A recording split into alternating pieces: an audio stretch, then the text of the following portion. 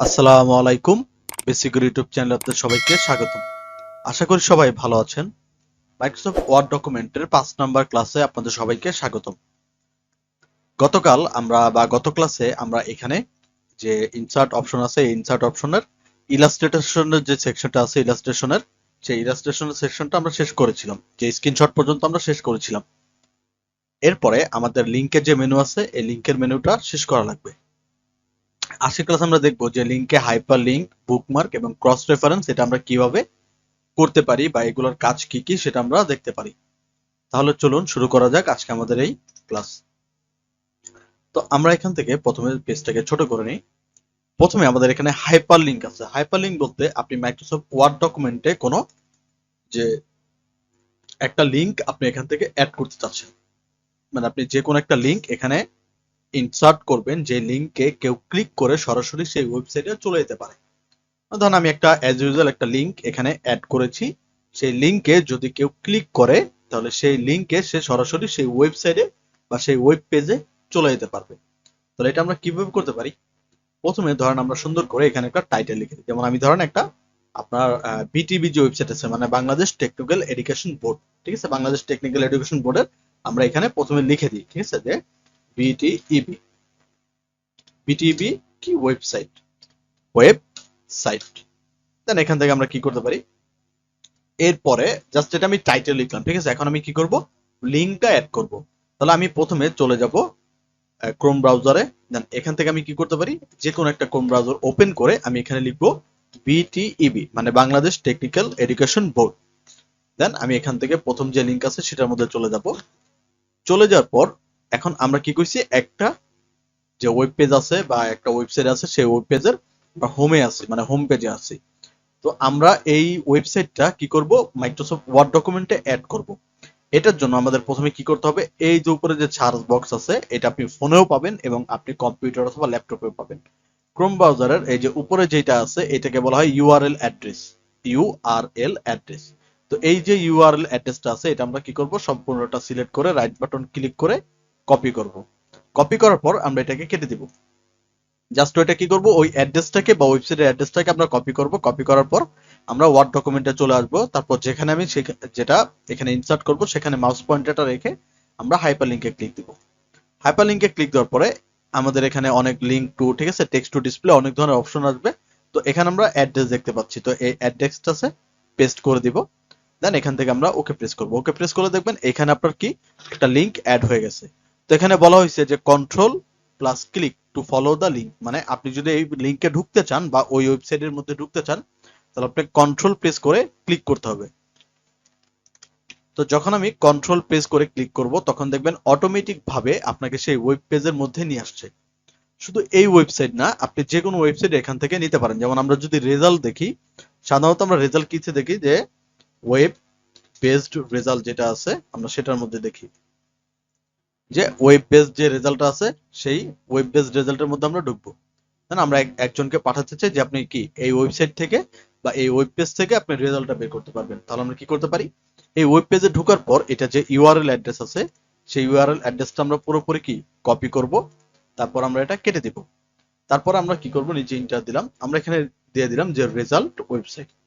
Just title আমরা দিয়ে দিলাম রেজাল্ট ওয়েবসাইট। দেন আমরা কি করব, দেন আবার এখান থেকে হাইপার লিংকে চলে যাব। দেন এখান থেকে আমি কি অ্যাড্রেসটাকে পেস্ট করব।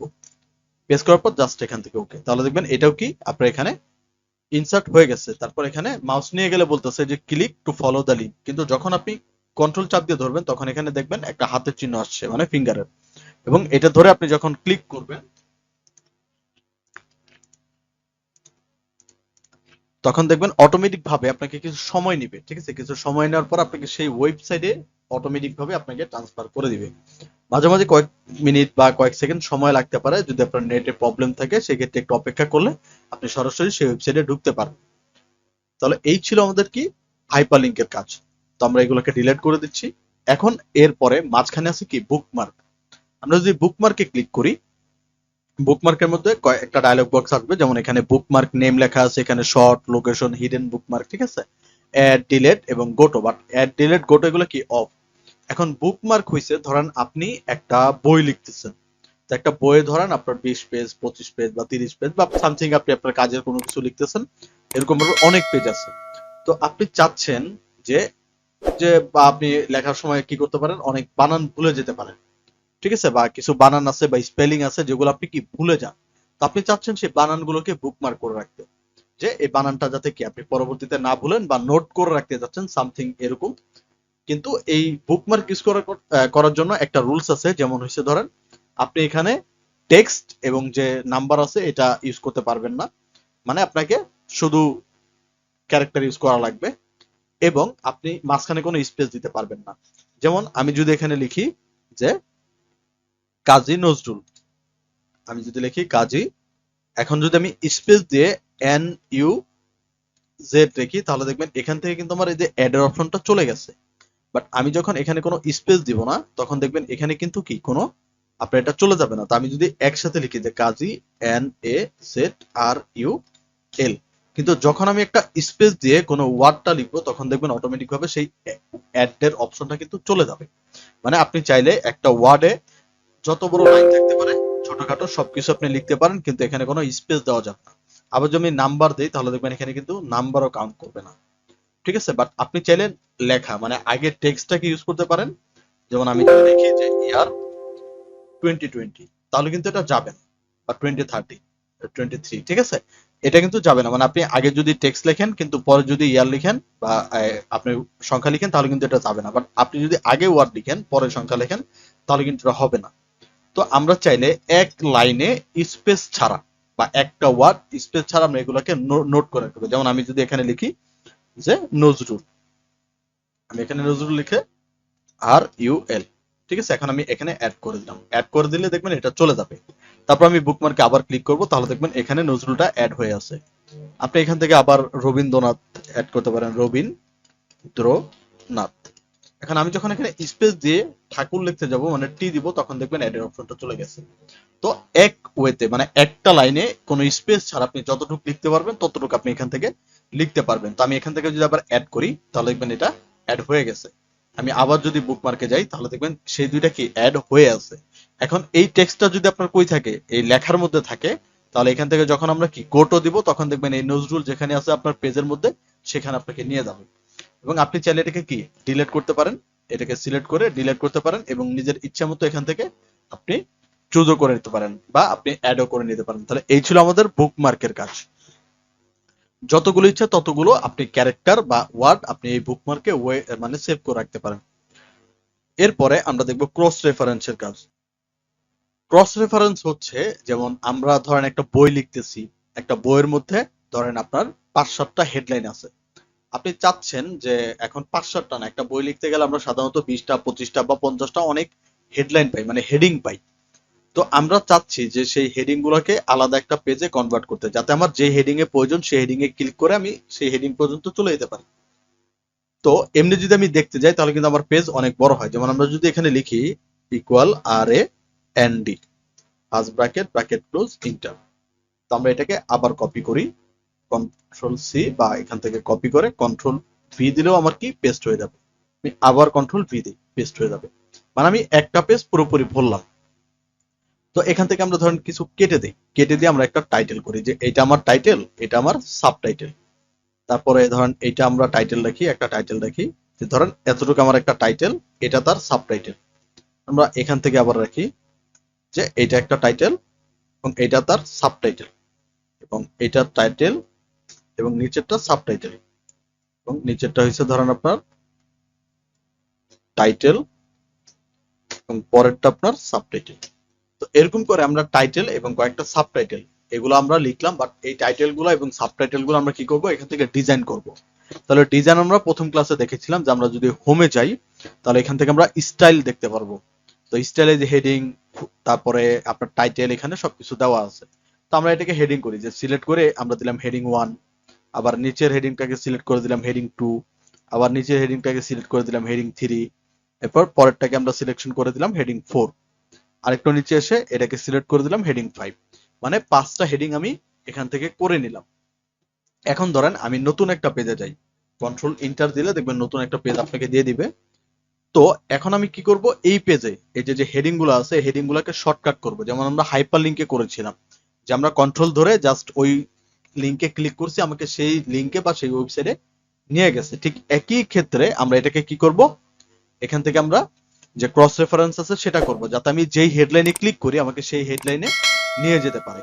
তাহলে এখান আমরা কোথায় যাব, ইনসার্ট, ইনসার্ট থেকে যাব ক্রস রেফারেন্স। আমরা আগে কি করছি, আগে লিখছি, লেখার পরে এখান থেকে আমরা কি করছি, হেডলাইন গুলোকে আলাদা করছি, মানে হেডলাইন অ্যাড করছি। দেন আমরা সেকেন্ড পেজে চলে যাব, বা যেই পেজ আপনি রাখবেন সেই পেজে চলে যাবেন। চলে যাওয়ার পর আমরা ক্রস রেফারেন্সে যাব। ক্রস রেফারেন্সে যাওয়ার পর এই যে এখান থেকে দেখবেন রেফারেন্স টাইপ এবং ইনসার্ট রেফারেন্স টু আছে।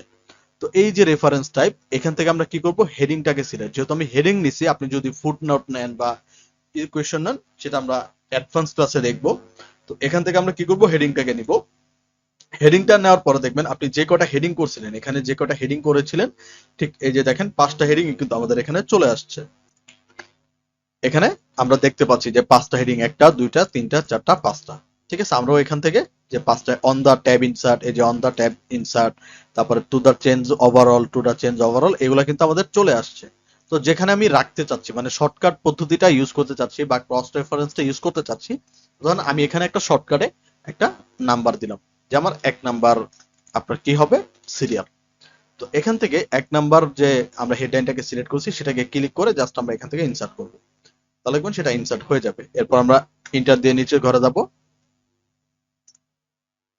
আমরা এখান থেকে ইন্টার দিব, সরি আমরা এখান থেকে কন্ট্রোল জেড করি, ইন্টার প্রেস করি। ইন্টার প্রেস করে 2 নাম্বার ঘরে গিয়ে আমরা এখান থেকে 2 নাম্বার সিরিয়াল দিব। দেন 2 নাম্বার হেডিংটা সিলেক্ট করে ইনসার্ট। দেন আমরা ইন্টার দিয়ে নিচে ঘরে যাব, 3 নাম্বার ঘরটাকে সিলেক্ট করব বা 3 নাম্বার সিরিয়াল দিব, তারপরে 3 নাম্বার ঘরটাকে সিলেক্ট করে ইনসার্ট। তারপর আমরা আবার ইন্টার দিয়ে নিচে ঘরে যাব, 4 নাম্বারকে আমরা কল করব। দেন এখান থেকে আবার 4 নাম্বার হেডিংটাকে সিলেক্ট করে ইনসার্ট। দেন আবার আমরা এখান থেকে নিচে চলে যাব, মানে 5 নাম্বার ঘরে চলে যাব, 5 নাম্বার লিখে দেন আমরা কি করব, 5 নাম্বার হেডিং এ সিলেক্ট করে ইনসার্ট। তো এইভাবে করে আপনার যতগুলো হেডিং থাকবে সবগুলো আপনি এইভাবে নাম্বার দিয়ে দিয়ে আপনি এখান থেকে অ্যাড করে নিতে পারেন। এখন আমরা এটা কেটে দিই। এখন দেখেন আমি যদি এখানে ক্লিক করি তাহলে কিন্তু এটা টেক্সটের মতো সবগুলো একসাথে সিলেক্ট হচ্ছে। বাট আপনি যদি এই লেখার উপরে মাউসটা রেখে দেন তাহলে কিন্তু আপনাকে বলে দিবে যে control plus click follow to link, মানে আমি যদি কন্ট্রোল ধরে এটার মধ্যে ক্লিক করি তাহলে দেখবেন আপনাকে 1 নাম্বার হেডিং এ নিয়ে গেছে। এখন ধরেন আমি দেখতে চাচ্ছি যেখানে আমার কি 4 নাম্বার হেডিং আছে, যে অন দা ইনসার্ট ট্যাব, আপনারা মাউসের যে কার্সর আছে সেটা ফলো করবেন, যে এখান থেকে যদি আমি কন্ট্রোল প্রেস করে 4 নাম্বার হেডিং এ ক্লিক করি তাহলে দেখবেন অটোমেটিক ভাবে আপনার এই যে এখানে কিন্তু 4 নাম্বার হেডিং এ নিয়ে আসবে। তাহলে খুব সহজেই আমরা এভাবে ক্রস রেফারেন্সটাকে ইউজ করতে পারি। তাহলে আশা করি যে আপনারা এই 4 নাম্বার বা 5 আজকে যে 5 নাম্বার ক্লাস আছে সেটা বুঝতে পেরেছেন। যদি আপনাদের কোনো সমস্যা থাকে সেটা আমাদের কমেন্ট বক্সে জানিয়ে দিবেন। যদি আমাদেরকে কিছু বলার প্রয়োজন হয় বা আপনি যদি কোনো কিছুতে বুঝতে সমস্যা হয় যে আমি এটা বুঝি নাই, তাহলে সেটা আমাদের কমেন্ট বক্সে জানিয়ে দিবেন। তাহলে যদি ভিডিওটি ভালো লাগে তাহলে আপনাদের ফ্রেন্ডদের সাথে শেয়ার করে সাবস্ক্রাইব করে রাখবেন। ঠিক আছে, তাহলে আজকের মতো ক্লাস এই পর্যন্ত, দেখা হবে 6 নাম্বার ক্লাসে। সবাই ভালো থাকবেন, সুস্থ থাকবেন, আসসালামু আলাইকুম।